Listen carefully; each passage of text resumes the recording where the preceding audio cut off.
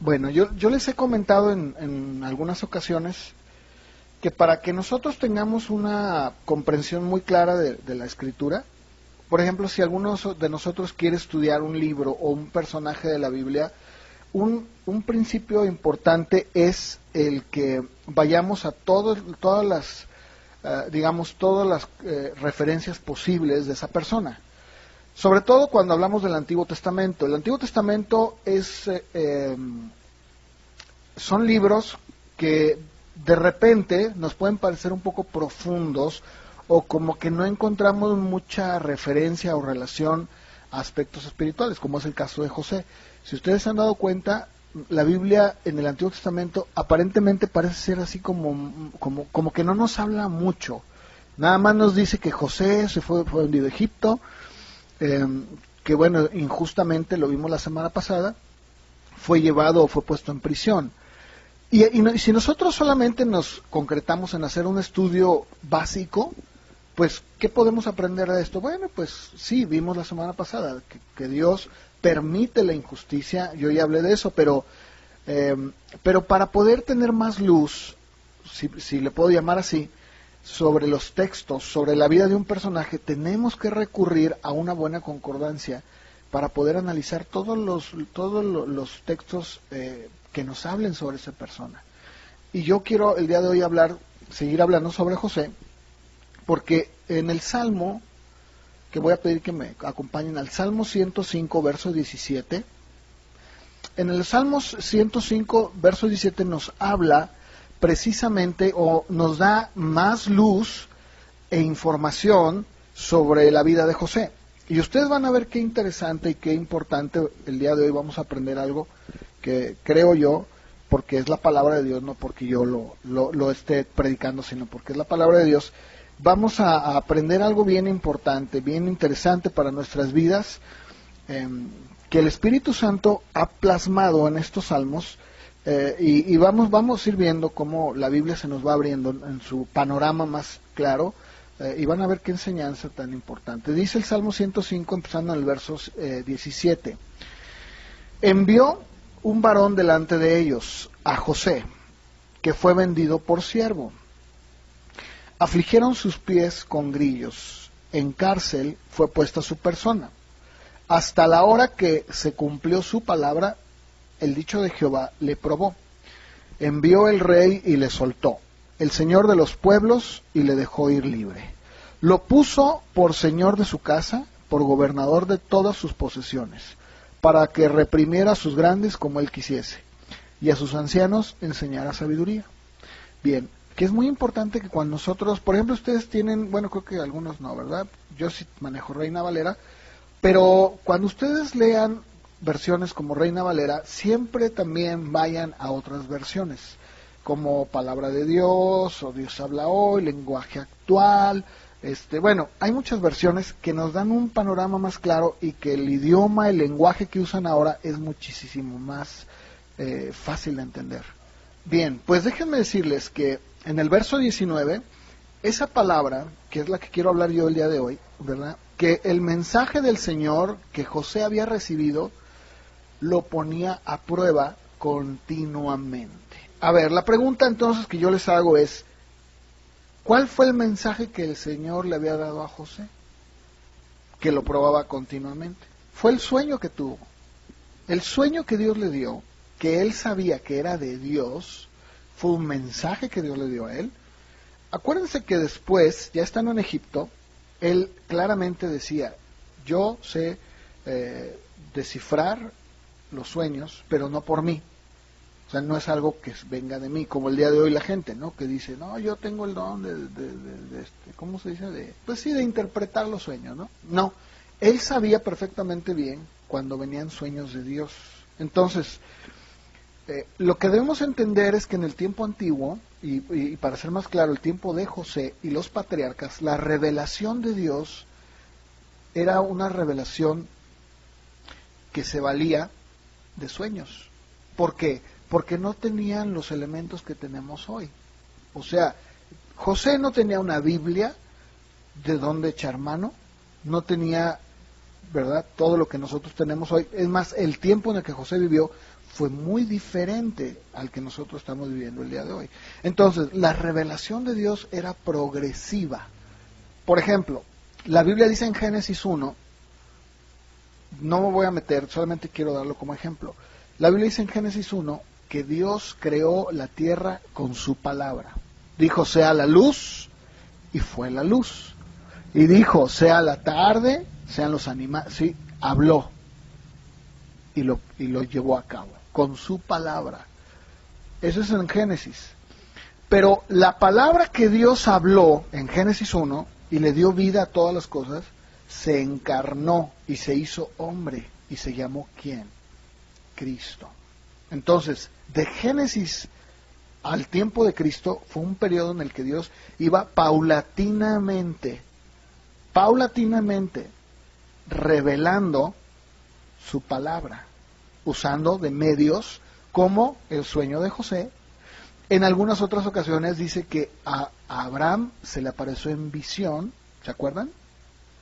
En otras ocasiones dice que se presentó él en forma humana y habló con Abraham y se sentó y comió con él junto con otros dos seres espirituales, bueno, dos ángeles. Sí estamos de acuerdo. O sea, la revelación de Dios en el Antiguo Testamento era muy diferente. Entonces, la palabra que Dios le dio a José fue los sueños, donde Dios claramente le dijo, un día tú vas a estar sobre tus hermanos, sobre tus padres, y vas a gobernar. Esa palabra, o ese mensaje de Dios, dice la Biblia que lo ponía a prueba. Ahora, yo quiero que veamos, porque esa palabra, en el idioma hebreo, prueba, es sarap, con T. Y esa palabra es muy interesante porque es la que vamos a estudiar el día de hoy. De hecho, de eso voy a compartir el día de hoy, ¿verdad? Porque de la misma manera, nosotros también, como José, la palabra de Dios, su mensaje de Dios, nos prueba constantemente. En pocas palabras, lo que está diciendo es que José se tomaba de esa promesa y esa palabra que Dios le dio, y era lo que lo ponía a prueba. Pero la pregunta es, ¿qué significa esto de ponerlo a prueba? Porque pudiera parecer como que lo pone a prueba. ¿Cómo lo ponía a prueba? En su fidelidad, en su constancia, en no ceder, en decir, no, a mí Dios me dijo y yo estoy seguro de que así va a ser y me sostengo en esa palabra. Bueno, la palabra, o la definición de esa palabra del hebreo, fíjense, es refinar, comprobar o fundir. Esta palabra sarap es muy diferente a la palabra que el hebreo usa cuando dice que Dios prueba el corazón. Es muy distinta. La palabra que el hebreo usa para decir que Él inquiere en el corazón, que Él pone a prueba el corazón, es una palabra que nos habla de alguien que viene y que trata de averiguar intenciones, trata de ver qué hay allá adentro. Incluso, para poder saber qué hay ahí adentro, lo que Dios hace es ponernos en circunstancias, muchas veces, o la gran mayoría, adversas, para que pueda Él ver qué es lo que hay ahí. ¿Sí? Pero esta palabra, que nos dice aquí probar, en el Salmo 105, nos habla propiamente, o más bien, de alguien o de algo que tiene que ser fundido para poderlo refinar. Es muy distinto. Ahorita vamos a entender un poquito más de lo que estoy hablando. Voy a pedirles que me acompañen al libro de Jueces, capítulo 7, para que veamos esta palabra. En alguna ocasión hace tiempo prediqué sobre Dios prueba los corazones, no sé si se acuerdan, y di muchos ejemplos bíblicos de cómo Dios probaba. Un ejemplo de ellos fue el rey Ezequías, al que Dios le manda mensajeros de Babilonia, y dice que él los recibe y que estando ahí en su palacio les enseña todo lo que tenía, ¿verdad? Y dice que Dios hizo eso con el fin de probar. Ese tipo de palabra, que es la que me refería, es muy diferente. O sea, no tiene nada que ver con esta. Son dos cosas muy distintas. Dios sabe quiénes somos, ¿cierto? O sea, Dios no necesita saber lo que hay en el corazón, porque si no ya no sería Dios. Él ya lo sabe. Pero ¿por qué Dios hace eso de probar y de inquirir? ¿Será que realmente Dios no sabe? No. Dios lo que hace, en el caso de esta palabra primera que estoy hablando, que no es la que voy a predicar, la Biblia dice, que Dios lo hace con el fin de que tú mismo te des cuenta de lo que tú eres. ¿Cuántas veces nosotros decimos, Señor, yo te amo? Pedro, por ejemplo, mi vida daré por ti. Aunque todos estos hombres te nieguen, yo no. Es más, voy a morir y si es necesario ir a la cárcel y morir, voy a morir por ti. ¿Y qué pasó con Pedro? ¿No es cierto que el Señor le dijo, Pedro, sí, muy bien, mira Pedro, Satanás me ha pedido a mí zarandearte como al trigo, pero yo he rogado, ¿verdad?, que tu fe no falte. Pero también le dijo otra cosa, ¿verdad? Me vas a negar 3 veces antes de que el gallo cante. Y no nada más tú, todos me van a dejar, porque así está escrito. Eso es probar. El Señor, hecho carne, Cristo, ya sabía. Tanto así que cuando Pedro le dijo eso, le dijo, tú me vas a mí me vas a ayudar y vas a estar conmigo, Pedro, por favor. Ahí él estaba haciendo uso de su omnisciencia, o sea, de su todo conocimiento. Estaba diciendo, Pedro, por favor, si yo sé perfectamente bien que tú vas a negar. Entonces, el que Dios prueba a alguien, lo hace con el fin de que la persona por sí misma se dé cuenta de su realidad. Y que todo lo que dice, todo lo que decimos, pues, ¿verdad?, se pueda, digamos que, exponer y mostrarnos que lo que decimos no es cierto.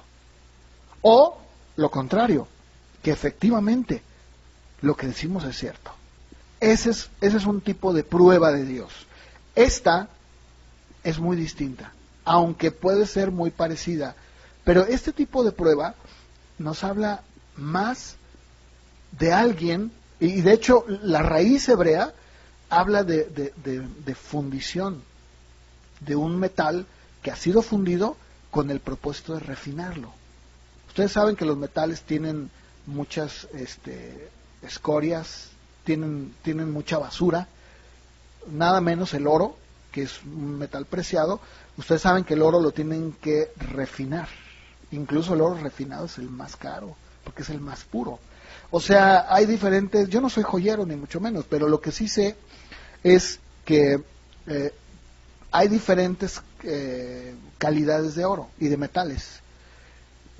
Y tú puedes comprar un tipo de metal que tiene muchas escorias y no es de muy baja calidad. No deja de ser un buen metal, pero no es tan bueno como otros. ¿Sí me explico? Entonces, aquí, esta palabra, sarap, habla de un proceso en el que Dios no indaga lo que hay. Más bien, lo que Él hace es fundirte literalmente. ¿Cómo se funde un metal? Hay fuego. Y no existe otro método.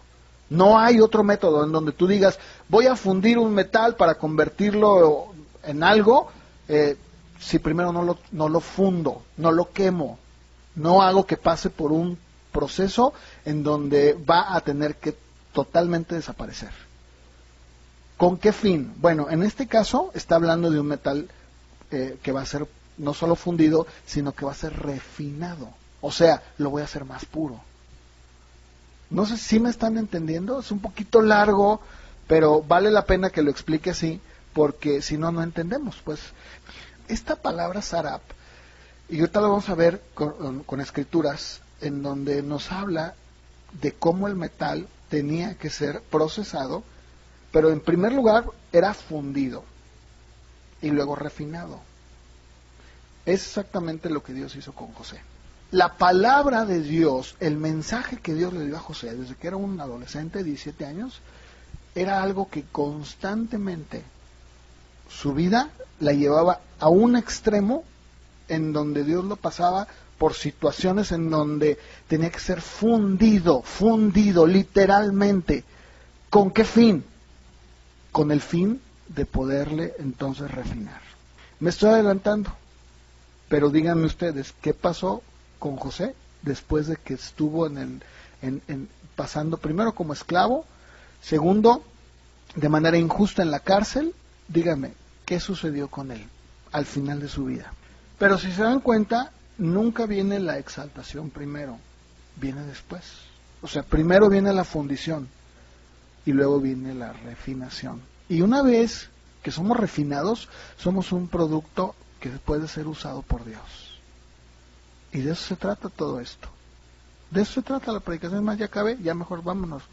Ahora, ya que me entendieron, ahora sí vamos a la escritura, porque quiero que veamos ejemplos. Es que miren, el hebreo es un idioma en donde tiene diferentes palabras que al traducirlas, nuestro español no tiene muchas palabras como el hebreo. O sea, nuestro español es muy pobre en comparación con el hebreo y con el griego, en donde encontramos la misma palabra, que para nosotros probar sería la misma, en el hebreo no. Ahora, ¿cómo es que somos fundidos? A través de circunstancias.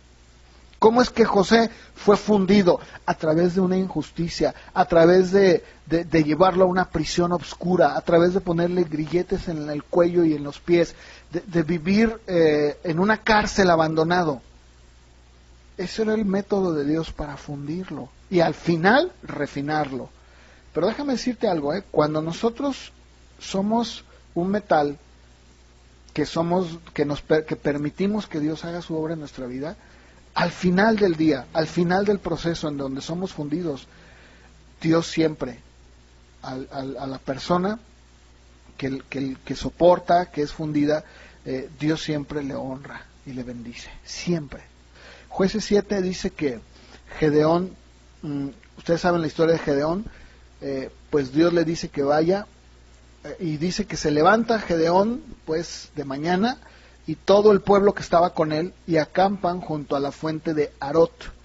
Y el campamento de los madianitas estaba al norte, en el collado de Moré, en el valle. Y en el verso 2 dice que el Señor le dice a Gedeón: el pueblo que está contigo es mucho para que yo entregue a los madianitas.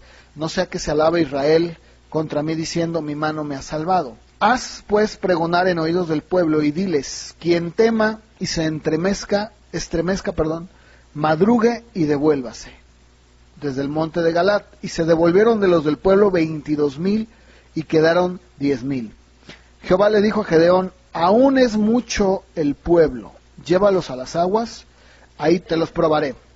Y del que yo te diga: vaya este contigo, irá contigo, mas de cualquiera que yo te diga: este no vaya contigo, el tal no irá. Entonces llevó el pueblo a las aguas, y Jehová le dijo a Gedeón: cualquiera que lamiere las aguas con su lengua, como lame el perro, a aquel lo pondrás aparte.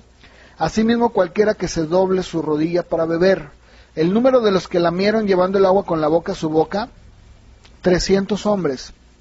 Y todo el resto del pueblo dobló sus rodillas para beber las aguas. Entonces Jehová le dijo a Gedeón: con estos 300 hombres que lamieron el agua, los voy a salvar. Entregaré a los madianitas en tus manos, y váyase todos los demás, toda la gente que sobra, a su lugar. Entonces dice que se regresan y se quedan solamente 300. Bueno, la palabra que nosotros encontramos aquí en Jueces 7:4, cuando dice ahí te los probaré, es precisamente sarap. ¿Qué es lo que Dios estaba haciendo? Bueno, ustedes saben que se hace una convocatoria y todos van así como con mucha injundia, decimos nosotros, con muchas ganas.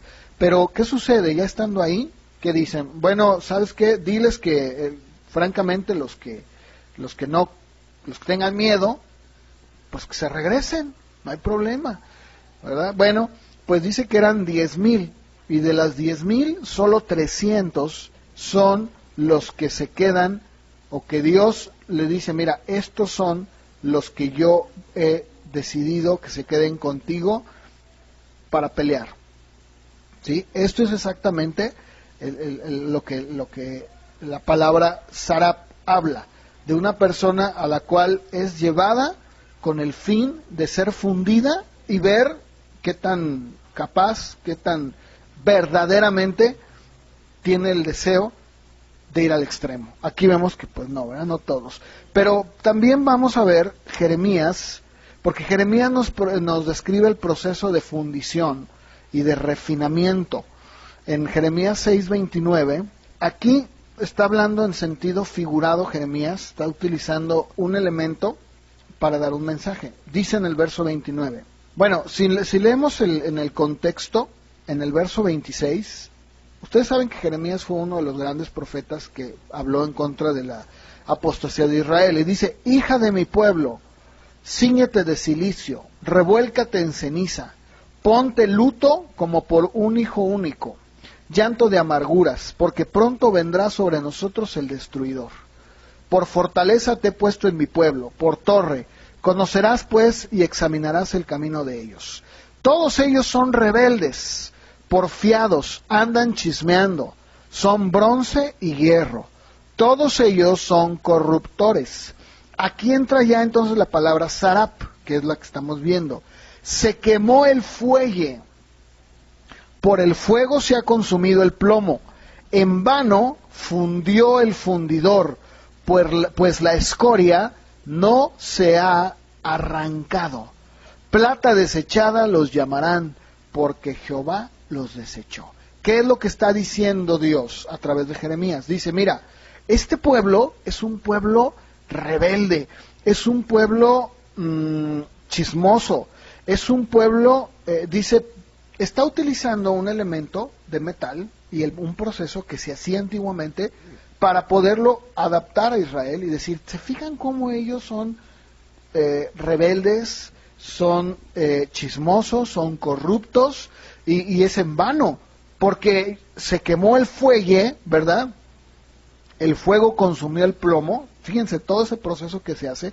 Dice: pero en vano se fundió el fundidor, pues la escoria no se ha arrancado. O sea, ya lo pasamos por el fuego, ya lo fundimos, pero ¿sabes qué pasa? Oh, sorpresa, todavía sigue la escoria pegada al metal. ¿Qué voy a hacer? Entonces dice el verso 30, pues Dios le ha llamado plata desechada. ¿Por qué? Porque simplemente no se les puede quitar la escoria. Ahora, ¿de qué manera lo adaptamos nosotros a nuestras vidas? Muy fácil, muy fácil. De la misma manera en la que Dios está fundiendo, o de la misma manera que un fundidor hace un proceso de fundición en un metal para poder entonces después refinarlo, Dios hace exactamente lo mismo en nuestras vidas. Dios tiene que pasarnos por un proceso. De hecho, déjenme decirles que esta palabra sarap también se usa metafóricamente en el sentido de refinar a través del sufrimiento. ¿Qué es lo que está diciendo?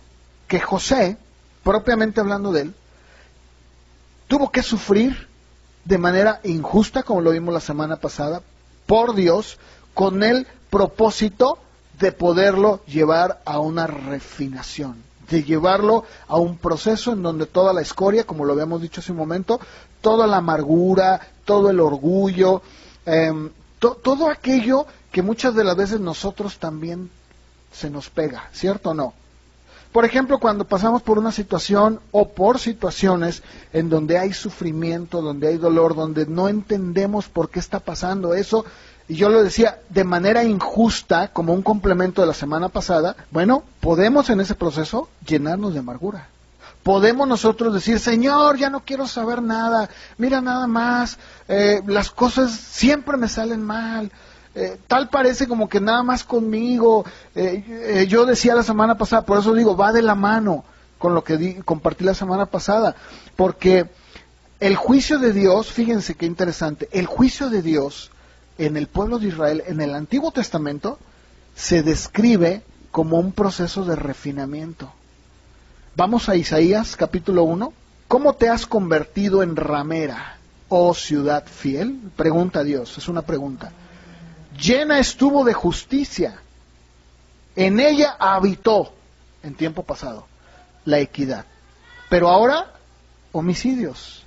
Tu plata se ha convertido en escoria. Tu vino está adulterado con agua. Tus príncipes son prevaricadores y compañeros de ladrones. Todos aman el soborno, van tras la recompensa. No hacen justicia al huérfano, ni a ellos llega la causa de la viuda. Por lo tanto, dice el Señor Jehová de los ejércitos, el fuerte de Israel: Tomaré satisfacción de mis enemigos y me vengaré de mis adversarios. Volveré mi mano contra ti y limpiaré hasta lo más puro tus escorias y quitaré toda tu impureza.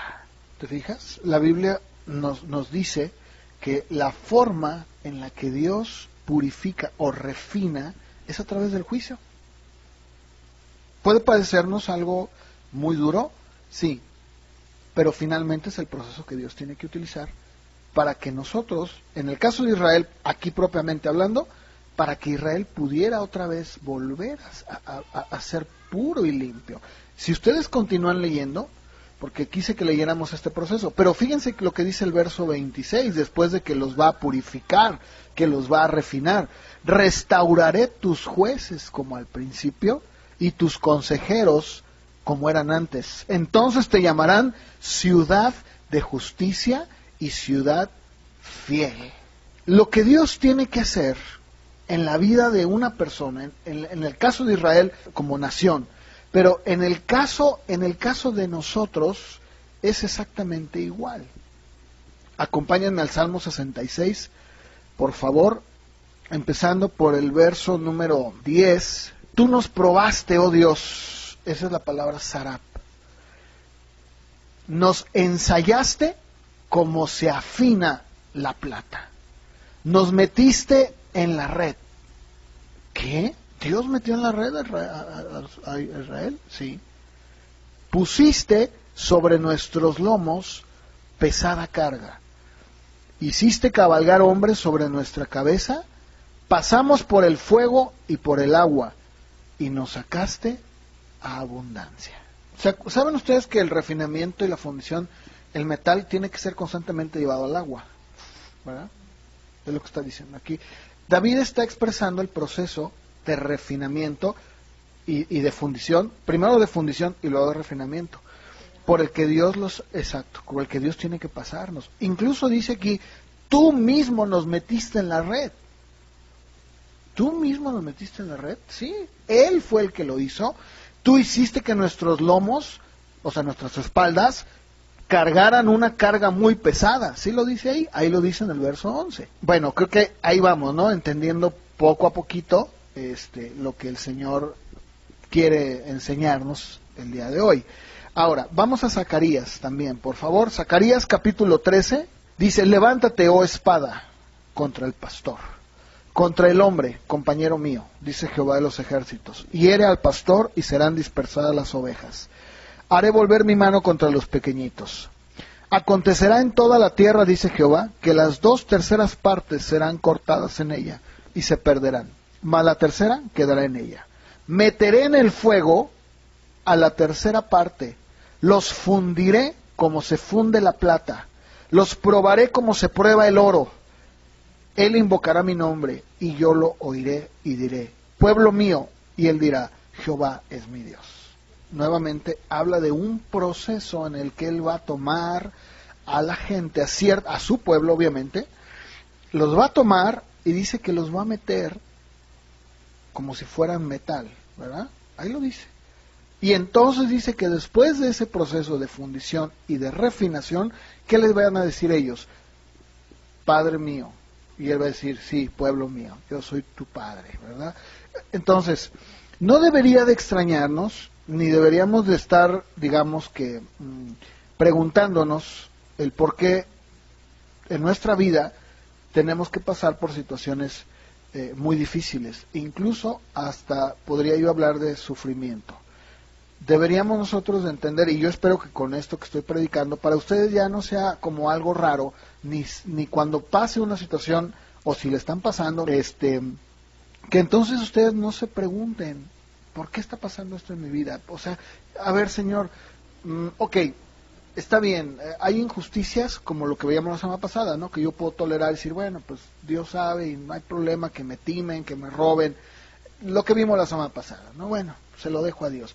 Pero aquí estamos hablando de que Dios no solamente hizo eso, sino que utilizó eso para poder llevar a José a un punto en el que literalmente lo fundió en el sufrimiento, con un solo fin, poderlo refinar y ponerlo en un lugar alto.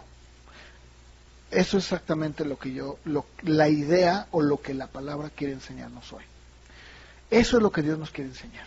Que de la misma manera como Él ha llevado un proceso en Israel, en José, y así podría hablar en cada uno de los hombres de la Biblia, porque en su momento vamos a llegar a ver, por ejemplo, a David. David fue un hombre que alrededor de 14 años tuvo que ser perseguido por un rey loco, vivir en cuevas. Muchas veces se nos olvida, porque, pues lógico, ¿verdad? Cuando leemos la Biblia leemos así como, ¿verdad? Hoja por hoja. Pero en ese periodo de hoja en hoja, o de capítulo en capítulo, pasan años. Bueno, más o menos se dice que el periodo en el que David tuvo que salir del palacio para ser perseguido por Saúl fueron 14 años, donde vivió en cuevas. Miren, vamos a ver en el Salmo 17.3, hablando de David, aquí precisamente vamos a ver, en este y en otra escritura, vamos a ver la diferencia que hay entre los dos tipos de prueba. Dice el Salmo 17.3, tú has probado mi corazón, me has visitado de noche, me has puesto a prueba y nada inicuo hallaste. He resuelto que mi boca no haga transgresión. La primera palabra que usa ahí el hebreo, cuando dice tú has probado, es la que yo les hablaba hace un momento, que es inquirir. O sea, tú examinar, exactamente, muy bien. Y la segunda es sarap, que es me has puesto a prueba. Hay una gran diferencia entre estos dos, hay una gran diferencia. El Salmo 26, también vamos a leerlo, porque es otro de las escrituras que nos habla. Salmo 26, verso 1 y 2. Dices, júzgame, oh Jehová, porque yo en mi integridad he andado. He confiado asimismo en Jehová sin titubear. Escudriñame, oh Jehová, y pruébame. Examina mis íntimos pensamientos y mi corazón. ¿Okay? Fíjense, este proceso es un proceso en el que Dios nos tiene que llevar a todos. A todos. Ok, no a todos, pues. A todos los que están dispuestos a poder ir más allá con Dios, ¿no? Que dicen, Señor, mi vida no se conforma solamente a vivir, digamos, los domingos, ¿no? Mi vida no se conforma a solamente a tomar un poco de ti, sino lo que él dijo, que de hecho causó mucha molestia con sus discípulos, que les dijo, el que no coma mi carne y beba mi sangre no puede ser mi discípulo. Lo que estaba diciendo ahí Jesús no está hablando literalmente no estaba diciendo que sean caníbales. Lo que estaba diciendo es precisamente el que podamos vivir la vida de Cristo, el comer de Él, el beber de Él, que Él sea nuestra dependencia. Cuando tú decides vivir una vida así, para Cristo, obviamente que vas a tener que pasar por un proceso de refinación, bueno, en este caso primero de fundición y de refinación. Es algo que Dios tiene que hacer en nuestras vidas.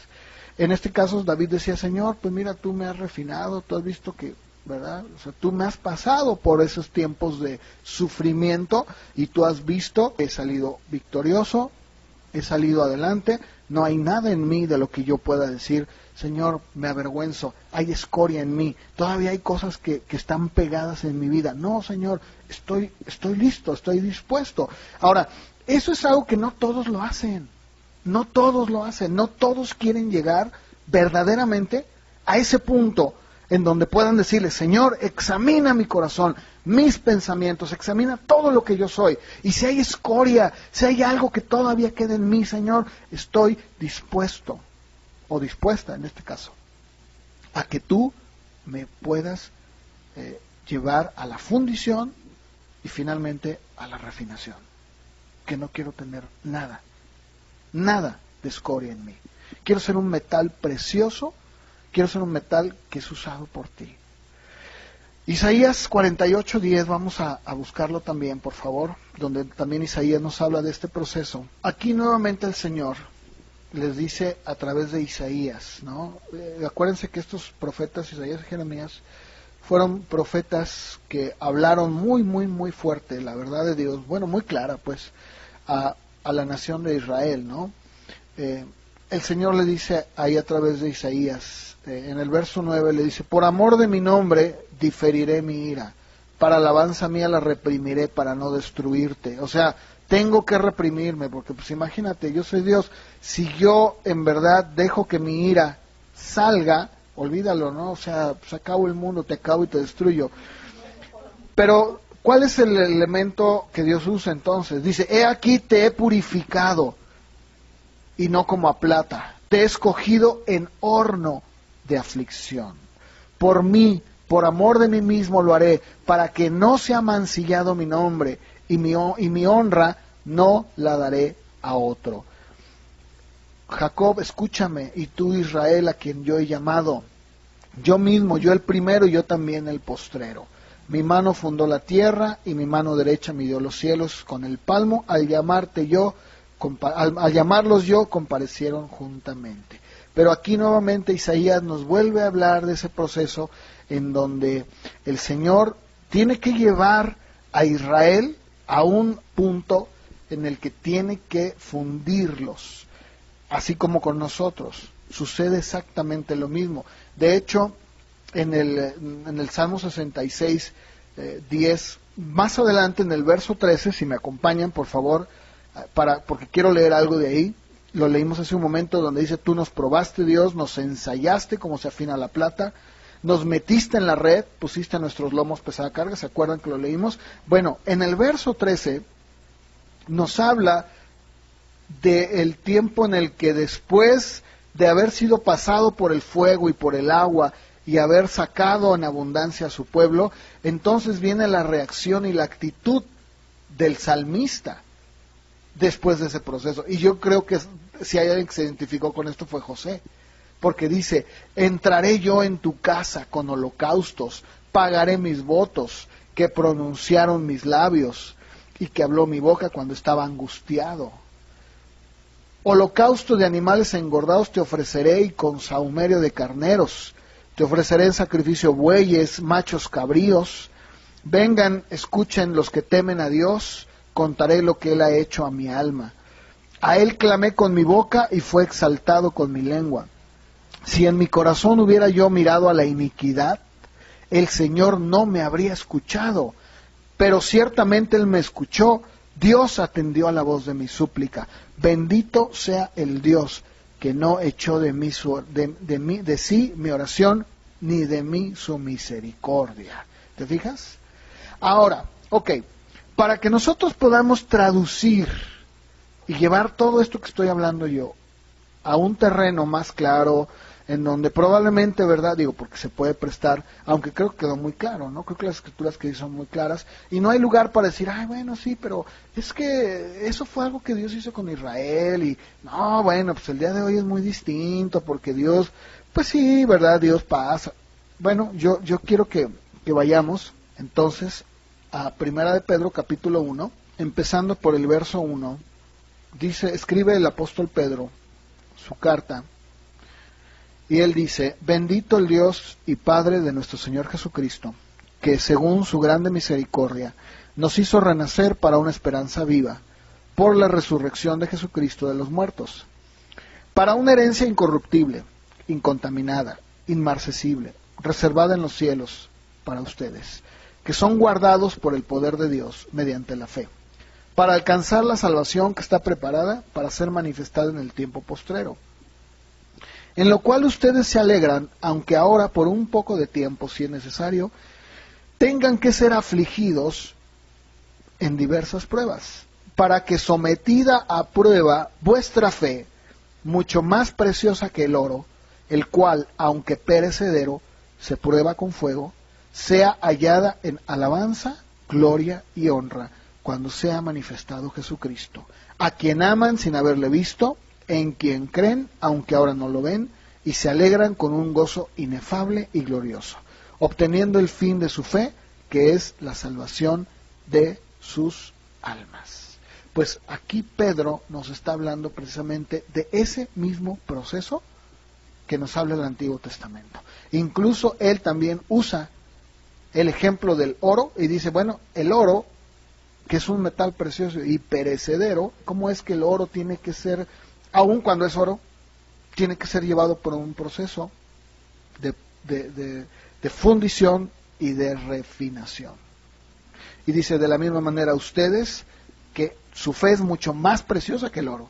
O sea, no se compara su fe con el oro, no se compara. Bueno, pues de la misma manera ustedes, ¿verdad?, van a tener que ser afligidos. Esa palabra afligido en el griego es lupeo, como de lupe, pero al final con la O, lupeo. Y es bien interesante porque esa palabra significa causar dolor o tristeza, o contristar. Es necesario que ustedes tengan que ser llevados o que les lleven en sus vidas al dolor, a la tristeza o incluso al contristarse. En diversas. Y la palabra diversa es poikilos. Esa palabra en el griego se utilizaba cuando hablaba de una gran variedad. Si hablamos de chiles, digamos, en el tiempo antiguo se diría hay un gran poikilos de chiles. Hay una gran variedad. Si fueran telas, diríamos hay una gran variedad de telas, ¿no? Esa es la palabra que usa Pedro. Dice, van a tener que ser llevados al dolor, a la tristeza, al contristarse de diversas pruebas. Y la palabra pruebas es peirasmos. Qué interesante, porque esta palabra nos habla de pruebas con un propósito y un efecto beneficioso. Pero si ustedes se dan cuenta, es exactamente lo mismo. Porque está hablando de un proceso en el que tenemos que ser causados o llevados al dolor, a la tristeza o incluso al contristarnos de parte de Dios en diversas, o sea, en variadas peirasmos, que sería pruebas que tienen un propósito y un efecto beneficioso. Si ustedes se dan cuenta, pues creo que todo encaja perfectamente bien, ¿no? Nos damos cuenta de cómo Dios no se equivoca y cómo el Señor en su mente, en su corazón, en su soberanía, bueno, Él no tiene corazón, pues es una forma de decirlo, ¿no?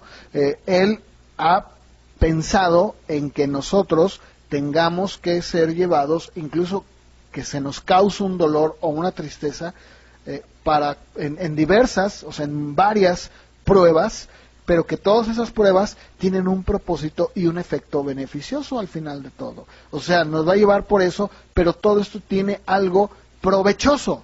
En Lucas 22, 28 vamos a buscar, porque vamos a ver esta palabra en otras escrituras.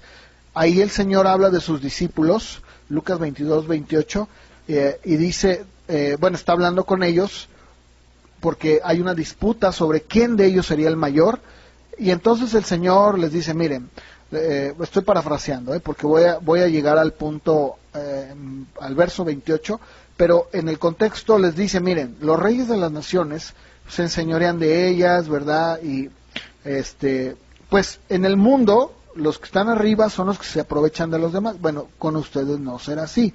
Y luego ya en el verso 28 dice, ustedes son los que han permanecido conmigo en mis pruebas. Esa palabra es precisamente la misma que estaba hablando, que es peirasmos. O sea, ustedes han estado en mis pruebas más difíciles, pero han sido con un propósito y tienen un efecto beneficioso. También en Hechos 20:19, vamos a buscarlo por favor, Hechos 20:19, cuando la Biblia nos habla de Pablo. Pablo fue un hombre que pudo prácticamente vivir y decir, a ver, pues díganme ustedes qué no he pasado yo. Que alguien me diga qué parte de la vida cristiana no la entiendo. Porque dice él, Pablo dice, cuando se despide de los hermanos, en el verso 17 le dice, bueno, pues desde Mileto a Éfeso hizo llamar a los ancianos de la iglesia, y ya que están con él, en el verso 18, les dice, ustedes saben cómo me he comportado entre ustedes todo el tiempo, desde el primer día que entré en Asia, sirviendo al Señor con toda humildad y con muchas lágrimas y pruebas que me han venido por las acechanzas de los judíos. Fíjense, aquí entonces estamos entendiendo que las pruebas que había él pasado por causa de los judíos eran pruebas que Dios había permitido con un propósito y con un efecto beneficioso para su vida. ¿Con qué fin? Con el fin de purificarlo y refinarlo. Santiago, capítulo 1, nuevamente aquí el apóstol Santiago hace uso de la palabra peirasmos. Dice Santiago en el verso 1, siervo de Dios y del Señor Jesucristo a los 12 tribus que están en la dispersión, salud. Hermanos míos, tengan por sumo gozo cuando se hallen en diversas pruebas. Esa es la misma palabra. Entonces, bueno, y sigue diciendo, sabiendo que la prueba de vuestra fe produce paciencia. Mas tenga la paciencia su obra completa, para que sean perfectos y cabales, sin que les falte cosa alguna. Y si alguno de ustedes tiene falta de sabiduría, pídala a Dios, el cual da a todos abundantemente y sin reproche, y les será dada. ¿Sí? ¿Se fijan? Entonces, aquí nuevamente pues vemos cómo la Biblia claramente nos dice, nos habla, como el proceso que Dios usa. Ahora, fíjense, siguiendo en el contexto, o sea, siguiendo en Pedro, regresando otra vez en Pedro, en el verso 7, dice, para que sometida a prueba vuestra fe, ok, prueba. Bueno, esa palabra prueba, lo que yo les decía hace un momento, en el hebreo, en el griego, las palabras que se traducen al español, pues como nuestro español es muy limitado, se traduce como prueba, o sea, prueba, todo es prueba, pero en el griego no, ya que la palabra que usa el verso 7 de Primera de Pedro, del verso 7 de Primera de Pedro, que sometida a prueba no es la misma que se usa en el verso 6, que era la que yo les estaba dando hace un momento, que es la palabra peirasmos. Ahí se utiliza otra palabra, que es la palabra dokimión. Y fíjense que esta palabra nos habla de ensayo y demostración. Dokimión. Esta palabra se usaba en el sentido de alguien que estaba haciendo un ensayo y una demostración. Y para ser más exacto, se utiliza en el aspecto que tiene que ver con una prueba de un producto. ¿Se acuerdan ustedes que hay unos vendedores que van de puerta en puerta, ¿no? Vendiendo y dicen, no, mira, este producto es bien bueno, y sí, se han oído eso, ¿no? Ustedes conocen a esos vendedores, ¿no? Esos vendedores que son bien aguerridos, ¿no?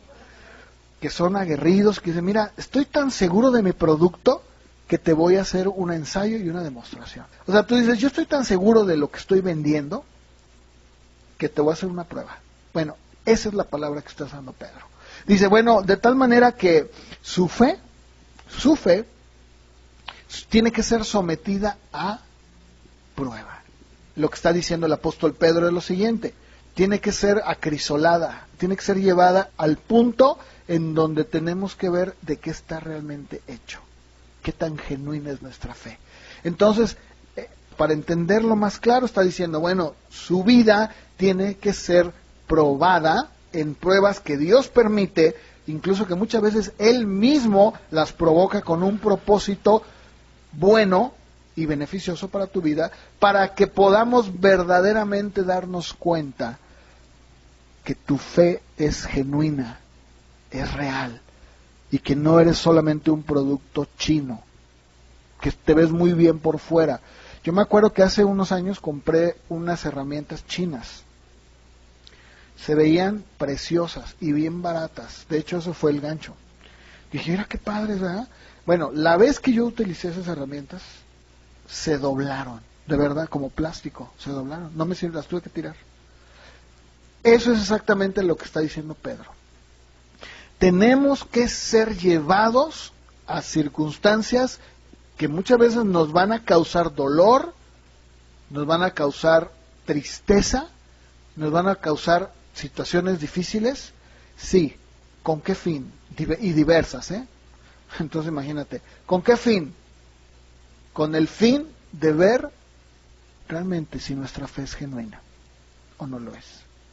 Y sigue diciendo el apóstol Pedro, allí mismo, de tal manera que una vez que hemos sido llevados hacia la prueba de ver si realmente somos genuinos o no, seamos hallados en alabanza, gloria y honra cuando Jesucristo sea manifestado en nuestras vidas. Es parte de la vida cristiana que el Señor haga esto en nuestra vida.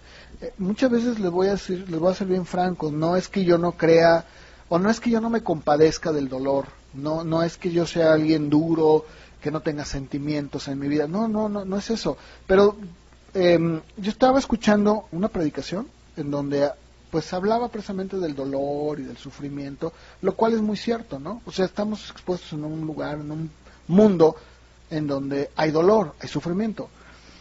Pero cuando una persona, o al menos yo lo veo así desde la óptica de la palabra, desde el punto de vista de Dios, no desde el punto de vista humano, porque en el plano humano, pues la psicología nos dice que, bueno, debes de compadecerte, debes de sentir dolor, y estoy de acuerdo, debo de compartirlo, pero nunca, al menos, insisto, desde el punto de vista bíblico, yo no veo la razón por la que nosotros, cuando somos llevados en situaciones de tristeza, que nos contristan, que nos causan dolor, no veo el motivo por cual nosotros tengamos que decir, Señor, ¿qué está pasando? ¿Por qué? ¿Verdad?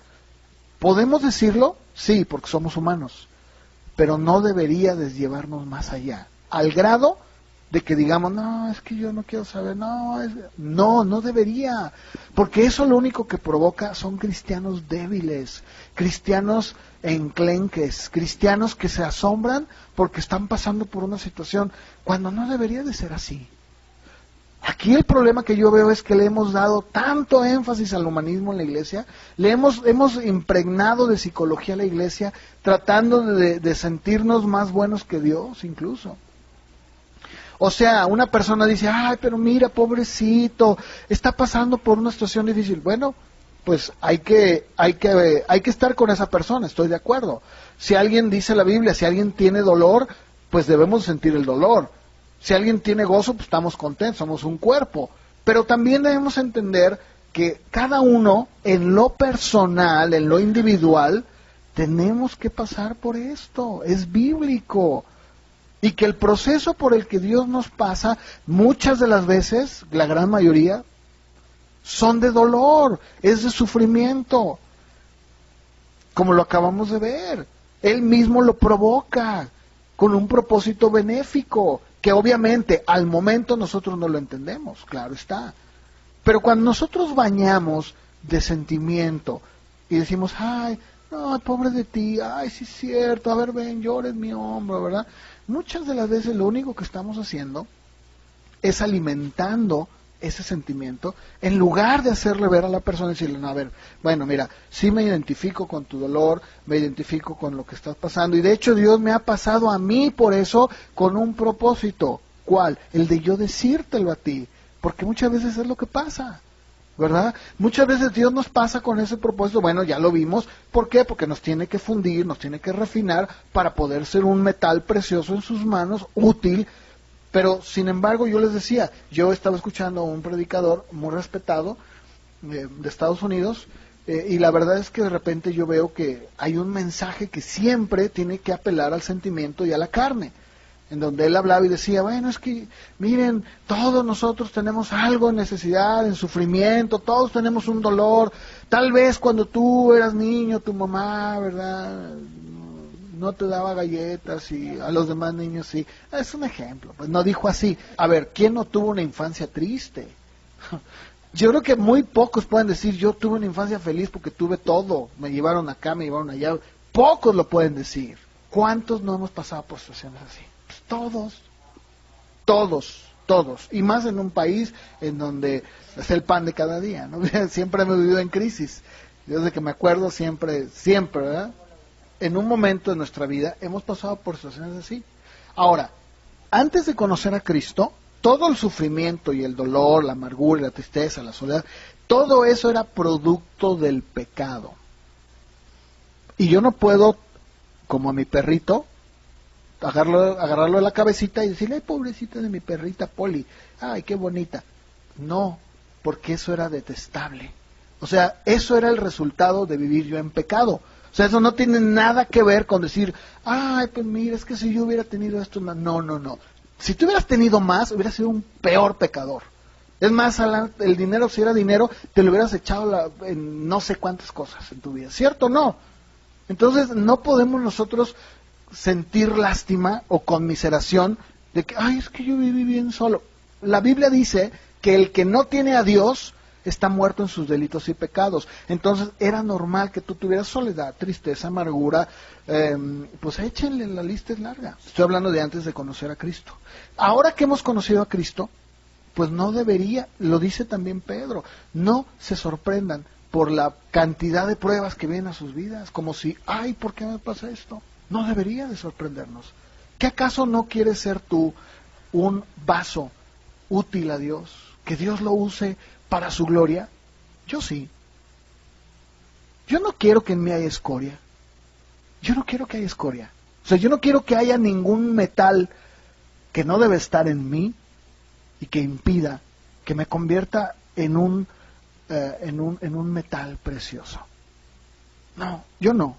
Ahí en 2 Corintios, dice Pablo, bendito sea el Dios, en el verso 3, capítulo 1, bendito sea el Dios y Padre de nuestro Señor Jesucristo, Padre de misericordias y Dios de toda consolación, el cual nos consuela en todas nuestras tribulaciones, para que podamos también nosotros consolar a los que están en cualquier tribulación, por medio de la consolación con que nosotros somos consolados por Dios. Porque de la manera que abunda en nosotros las aflicciones de Cristo, así abundan también por el mismo Cristo nuestra consolación. Fíjense, de la manera en que abundan las aflicciones de Cristo, de la misma manera sí que son tupiditas y pesadas y fuertes, pues también el mismo Cristo provee la consolación. Pues si somos atribulados, aquí Pablo está hablando de él como apóstol y como padre espiritual de los corintios, es para su consolación y salvación. Si somos consolados, es para su consolación y salvación, la cual se opera en el sufrir las mismas aflicciones que nosotros también padecemos. Y nuestra esperanza con respecto a ustedes es firme. Sabemos que así como son compañeros en las aflicciones, también lo son en la consolación. No queremos, hermanos, que ignoren de nuestra tribulación que nos sobrevino en Asia. Fuimos abrumados sobremanera, más allá de nuestras fuerzas, de tal modo que aún perdimos la esperanza de conservar la vida. Pero tuvimos en nosotros mismos sentencia de muerte. Fíjense con qué fin. Con el fin de que no confiásemos en nosotros mismos, sino en Dios, que resucita a los muertos, el cual nos libró y nos libra, y en quien esperamos que aún nos librará de tan grande muerte. Aquí el apóstol Pablo claramente está hablando y dice, miren hermanos, ni se preocupen, porque así como Cristo nos aflige, así como Él produce las aflicciones de Cristo mismo, que Él mismo sufrió, Él también nos da de la misma manera las consolaciones. Y si nos hace pasar por esto, bueno, es para que nosotros también podamos consolar. Pero obviamente el poder ser un verdadero vaso escogido de parte de Dios. Por eso yo les decía, no todos y no cualquiera, discúlpenme, pero esa es la verdad, no todos están dispuestos, hay que decirlo. Es muy lamentable, pero el día de hoy creo que si hay algo que abunda en la iglesia es precisamente un mensaje que pueda hablar de todo menos de esto. Hay que hablar de todo menos de que Dios, ¿cómo Dios te va a pasar por un proceso? Claro que sí. A José lo tuvo que pasar. Finalmente, bueno, ya vimos el resultado en José.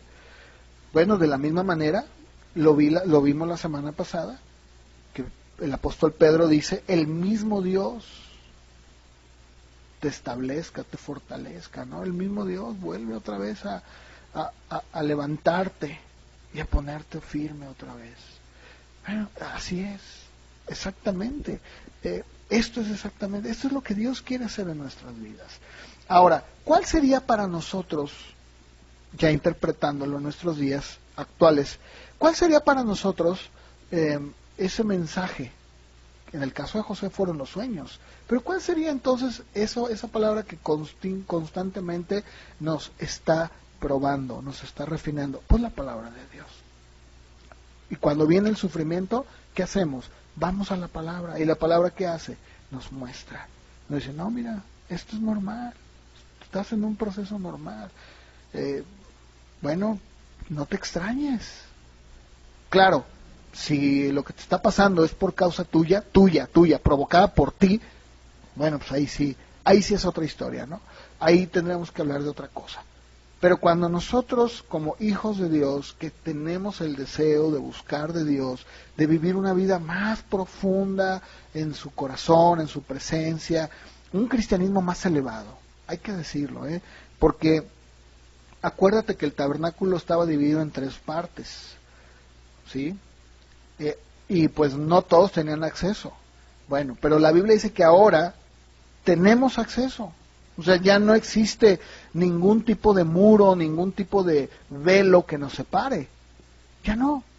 Pero la pregunta es, ¿quién o quiénes son los que están dispuestos a pasar del lugar, del atrio al lugar santo y del lugar santo al lugar santísimo? ¿Quiénes son? ¿Quiénes son los que quieren llevar una vida más elevada? Esa es la pregunta que yo hago. ¿Por qué? Porque el llevar esa vida elevada y profunda en Cristo implica esto. Va implícito, va en un mismo paquete. ¿Qué pasa cuando un cristiano es puesto en sufrimiento? ¿Qué pasa cuando un cristiano es llevado al punto del dolor? Es más, es llevado incluso hasta el contristarse, como dice Pedro.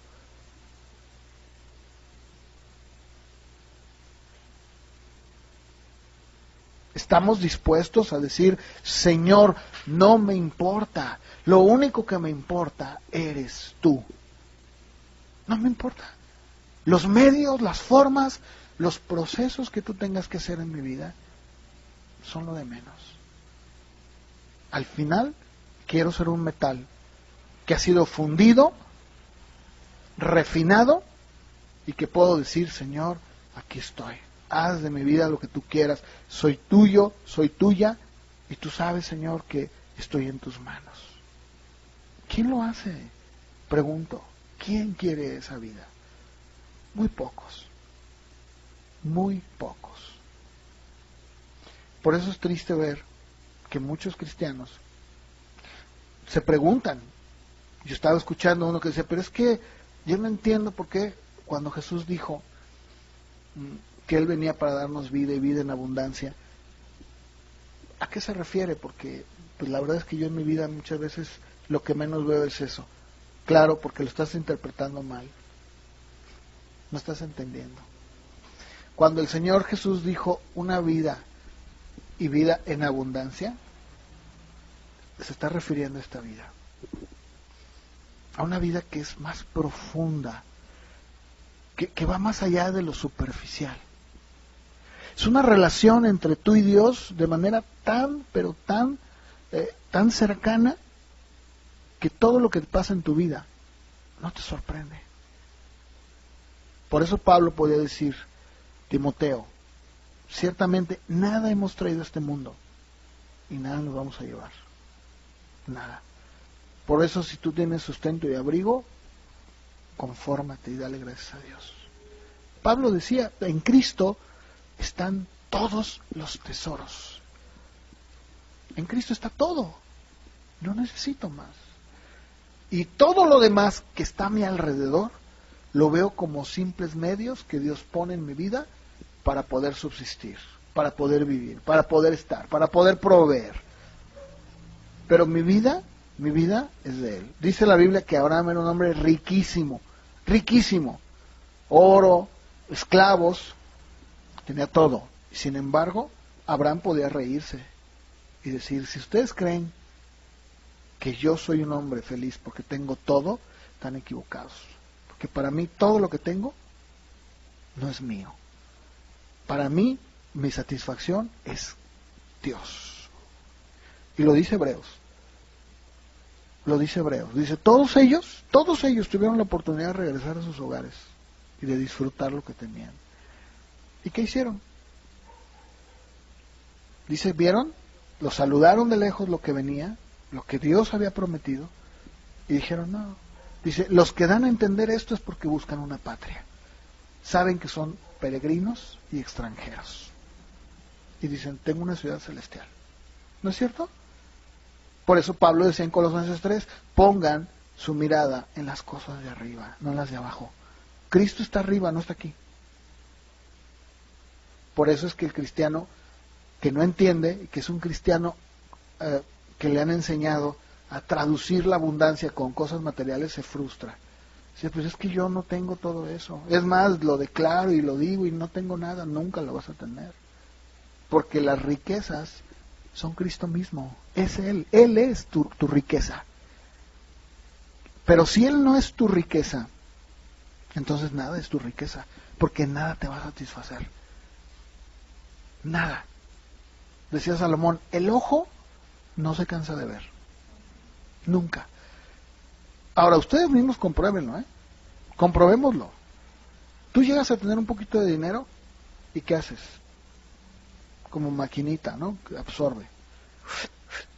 Y al ratito dices, no, es que me falta dinero. No, lo que te falta es quitar esos apegos de tu vida, hacer a un lado. No necesitas eso. Y cuando tú te das cuenta, dices, oye, no me he dado cuenta que yo puedo verdaderamente librarla con tanto. Yo antes gastaba tanto. ¿Por qué? Porque estaba todo el tiempo tratando de satisfacer mi vida espiritual con algo material. No es así. Acuérdate que lo material nunca, jamás Dios planeó que te pudiera satisfacer algo que solo Él puede satisfacer. Solo Él lo puede satisfacer. Así que vamos a orar, ¿no? Ahí en tu lugar, acompaña. Vamos a terminar. Señor, te damos gracias. Padre, ayúdanos. Yo te pido que nos des una mayor comprensión, más profunda, de quién eres tú. Que cuando nosotros probemos las mieles de ti, lo dulce de ti, una vez que lo hemos probado, Señor, ya no vamos a querer algo más. Porque cuando el corazón es y ha sido cautivado por ti, no desea otra cosa. Todo lo demás que está a su alrededor, todo lo que prueba, ya no le satisface. Pero, Señor, te pido que nos ayudes a entender que en ese proceso hay dolor, hay sufrimiento, muchas veces nos vamos a contristar, nos va a causar tristeza, pero todo eso es causado por ti, viene de tu mano. No es el diablo, muchas veces sí, pero en este caso estamos hablando que eres tú, e incluso cuando es el diablo, tú mismo lo utilizas para que pueda traer a nuestras vidas siempre algo beneficioso. Así como con Job, así como con José, así como con Daniel y así como otros tantos más, Señor, en tu palabra. Pero, Señor, ayúdanos, Señor, a que tú puedas convertirte en nuestro todo. Y que cuando seamos pasados por este fuego de fundición, podamos, Señor, soportar y ser refinados. De tal manera que toda la escoria, todas esas imperfecciones que se pegan al metal, sean quitadas de nuestras vidas. Y que seamos hallados como un oro afinado, puro, limpio, sin imperfecciones, Señor. Ayúdanos, Padre, te lo pedimos, Señor. En el nombre de Jesús. Tú conoces a cada uno, Señor, de mis hermanas. Tú las conoces, tú sabes qué está pasando en sus vidas. Probablemente algunas de ellas están pasando por esto. Tal vez no, yo no lo sé. Tú sí. Pero te pido, Señor, que les hagas entender que es tu mano la que dice tu palabra. Soy yo el que hace la herida y soy yo el que pone la venda. Te damos gracias, Señor, por todo esto, porque al final el beneficio es para nosotros. Nos hace ser más como tú, y esa es la idea, ser como tú. Te lo pedimos y te damos gracias, Señor, en el nombre de Jesús. Amén.